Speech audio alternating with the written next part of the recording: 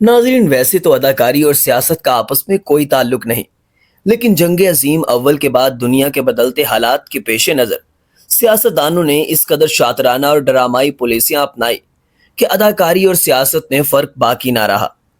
سیاست دنیا کے عظیم اور قدیم ترین اصولوں، ذرائع اور سماج کی بہتری میں کردار ادا کرنے والے مقاصدوں میں سے ایک ہے، مگر آج کل کی بدلتی سیاست میں سیاستدانوں کی مکاریاں، اداکاریاں اور اسکینڈلز اتنے عام ہو چکے ہیں کہ سیاست اور اداکاری کا فرق کرنا مشکل ہو گیا ہے۔ کیا ہو جب آپ کو معلوم پڑے کہ صدر پاکستان آصف علی زرداری ایک وقت میں اداکار رہ چکے ہیں؟ جی ہاں دوستو، آج کی ویڈیو میں ہم آپ کو بتائیں گے کہ وہ کون سے پاکستانی سیاستدان ہیں جو ماضی میں فلموں اور ڈراموں میں اداکاری کر چکے ہیں۔ دوستو، اگر آپ ہمارے چینل پر نئے ہیں تو ہمارے چینل کو سبسکرائب کریں اور بیل آئیکن کو لازمی کلک کریں تاکہ ہر آنے والی ویڈیو سے آپ باخبر رہ سکیں۔ ناظرین، سیاستدانوں کی جانب سے ڈرامے بازیاں، وعدہ خلافیاں اور مکاریاں اتنی عام ہو چکی ہیں کہ اب عوام سیاست اور اداکاری میں کوئی فرق نہیں سمجھتی۔ ویسے تو پوری دنیا کی سیاست میں ڈرامائی تبدیلیاں آ چکی ہیں، مگر برے صغیر پاک و ہند کی سیاست کچھ زیادہ ہی تبدیل ہو گئی ہے۔ کچھ سیاستدان تو ایسے بھی ہیں جنہوں نے ابتدا ہی اداکاری سے کی، اور ان کی اداکاری بدقسمتی سے آج بھی جاری ہے۔ پاکستان کے سابقہ صدر آصف علی زرداری کا شمار بھی ان سیاستدانوں میں ہوتا ہے جو حادثاتی طور پر اقتدار میں آئے اور ہمیشہ کے لیے دنیا بھر میں مشہور ہو گئے۔ کاروباری اور سینما گھروں کے حوالے سے کام کرنے والے سیاسی کارکن حاکم علی زرداری کے گھر میں پیدا ہونے والے آصف علی زرداری بھی اپنے بچپن میں سالگرہ نامی فلم میں چائلڈ سٹار کے طور پر کام کر چکے ہیں۔ آصف علی زرداری کا زیادہ تر تعلق جہاں اداکاری سے نہیں ہے، وہیں ان کا تعلق پاکستانی سیاست میں بھی 2008 سے پہلے اتنا اہم نہیں تھا۔ البتہ بینظیر بھٹو کے شوہر ہونے کی وجہ سے ان کا نام پاکستانی سیاست میں سنا جاتا تھا۔ انہوں نے اپنے دور صدارت میں کئی اہم کارنامے سر انجام دیے ہیں، جبکہ وہ متنازع صدر بھی رہے۔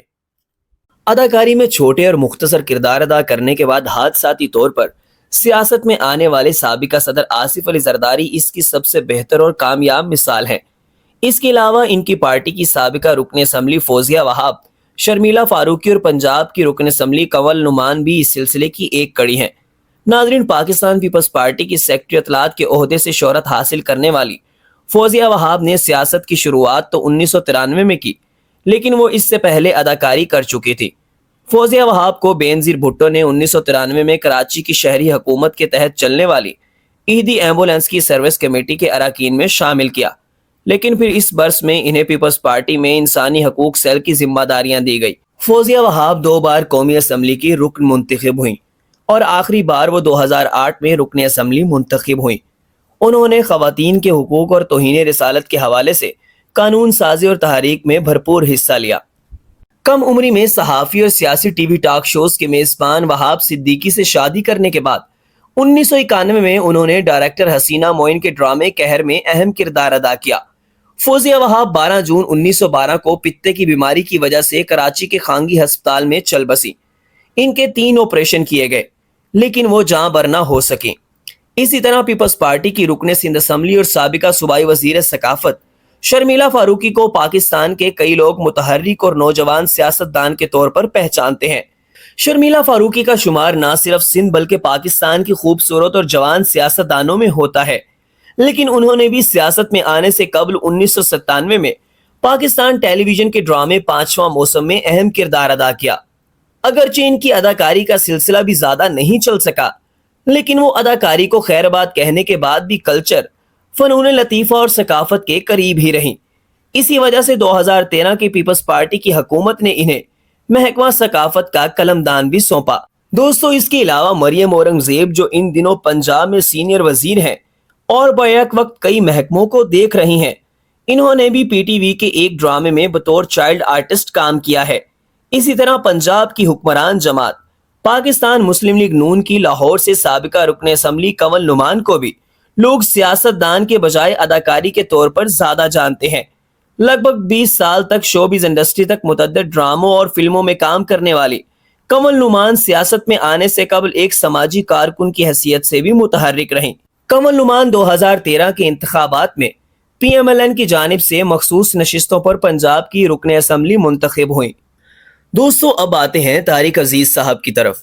معروف ٹی وی سیلیبریٹی طارق عزیز کو لوگ صرف ان کے شوہرہ فاق ٹی وی پروگرام نیلام گھر کی وجہ سے ہی جانتے ہیں، مگر جہاں انہوں نے انسانیت اور ہار گیا انسان جیسی فلموں میں کام کیا، وہیں انہوں نے کچھ ٹی وی ڈراموں میں بھی قسمت آزمائی۔ طارق عزیز شوبیز کی دنیا میں آنے سے قبل شاگردی کے زمانے میں اسٹوڈنٹ پالیٹکس میں بھی متحرک رہے، اور اسی وجہ سے ہی وہ 1996 میں لاہور سے رکن قومی اسمبلی بھی منتخب ہوئے، لیکن ان کا سیاسی کیریئر زیادہ دیر تک نہیں چل سکا، اور 1997 میں ان کا نام سپریم کورٹ آف پاکستان پر حملہ کرنے والے سیاستدانوں میں شامل رہا۔ بعد ازاں طارق عزیز نے پرویز مشرف کے زیر اثر پاکستان مسلم لیگ نون میں شمولیت اختیار کی، مگر ان کا سیاسی کیریئر ابھر نہ سکا اور وہ واپس شوبیز کی دنیا میں لوٹ گئے۔ اس کے ساتھ ساتھ ریحام خان کو پاکستان سمیت دنیا بھر میں ایک ٹی وی ہوسٹ اور صحافی ہونے کے بجائے تحریک انصاف کے چیئرمین عمران خان کی اہلیہ ہونے پر جو شہرت ملی، اتنی شہرت انہیں ان کے باقی کیریئر میں نہیں ملی۔ اگرچہ ریحام خان نے بطور اداکارہ کوئی کام نہیں کیا، مگر وہ شو بیس سے جڑی ہوئی ہیں۔ انہوں نے نہ صرف پاکستانی نیوز چینل پر بطور میزبان خدمات سر انجام دی، بلکہ وہ برطانوی نشریاتی ادارے BBC میں بھی ویدر اینکر کے طور پر کام کر چکی ہیں۔ ناظرین، متعدد پشتو فلموں میں کام کر کے خود کو اداکارہ کے طور پر منوانے والی مسرت شاہین کو لوگ آج بھی بطور اداکارہ ہی جانتے ہیں۔ شاید اسی وجہ سے ہی وہ سیاست میں تاحال کوئی بڑی کامیابی حاصل کرنے میں ناکام رہی ہیں۔ مسرت شاہین نے متعدد اردو فلموں، ڈراموں اور دیگر منصوبوں میں بھی کام کیا۔ انہوں نے پروفیشنل زندگی کا بہت بڑا وقت شو بیس میں ہی گزارا۔ اسی دوران انہوں نے شہرت بھی حاصل کی۔ ان کی مشہور فلموں میں حسینہ، ایٹم بم، آوارہ اور دھمکی شامل ہیں۔ کم سے کم 20 سے زائد پشتو فلموں میں کام کرنے والی اداکارہ مسرت شاہین نے 2000 کے بعد سیاست میں آتے ہوئے پاکستان تحریک مساوات کے نام سے اپنی سیاسی جماعت بنائی۔ اگرچہ وہ سیاست میں کوئی کامیابی حاصل نہیں کر پائیں، مگر وہ ہر انتخابات میں معروف مذہبی سیاستدان اور جمعیت علماء اسلام فی کے سربراہ مولانا فضل الرحمان کے خلاف مد مقابل ہوتی ہیں، جس وجہ سے وہ ہمیشہ خبروں میں رہتی ہیں۔ دوستو، سابقہ صدر اور army chief general retire Pervez Musharraf کی سیاسی ٹیم میں شامل رہنے والی عتیقہ اوڈو کو بھی پاکستانی عوام اداکارہ اور ٹی وی پرسنالٹی کی حیثیت سے جانتی ہیں۔ لگ بھگ 27 برس تک شوبیز اور آرٹ کی دنیا میں رہنے والی عتیقہ اوڈو نے کم سے کم 35 ڈراموں اور 6 فلموں میں اداکاری کے جوہر دکھانے سمیت متعدد ٹی وی شوز کی میزبانی بھی کی۔ اگرچہ انہوں نے باقاعدہ عوامی سیاست نہیں کی، مگر وہ پرویز مشرف کی پریس انفارمیشن ٹیم کا حصہ رہیں، اور کوئی خاطر خواہ کامیابی نہ ملنے کے بعد جلد واپس اپنی پرانی شوبیز دنیا میں آئیں۔ اسی طرح نوجوان اداکار، ماڈل اور ہوسٹ حمزہ علی عباسی کو لوگ جہاں بطور فلمی ایکٹر اور ماڈل جانتے ہیں، وہیں انہیں کئی لوگ پاکستان تحریک انصاف کے اہم رکن کے طور پر بھی جانتے ہیں۔ ابرار الحق کو پاکستانی عوام ایک گلوکار کے طور پر ہی جانتی ہے، لیکن ساتھ ہی ساتھ انہیں تحریک انصاف کے جلسوں میں گانے گاتے ہوئے دیکھ کر عوام کو اندازہ ہو چکا ہے کہ وہ سیاست کا حصہ بن چکے ہیں۔ اور جنون گروپ سے شہرت پانے والے سلمان احمد کو بھی لوگ ایک گلوکار کے طور پر ہی جانتے ہیں، مگر وہ بھی ابرار الحق کی طرح گزشتہ چند سالوں سے تحریک انصاف سے منسلک ہیں۔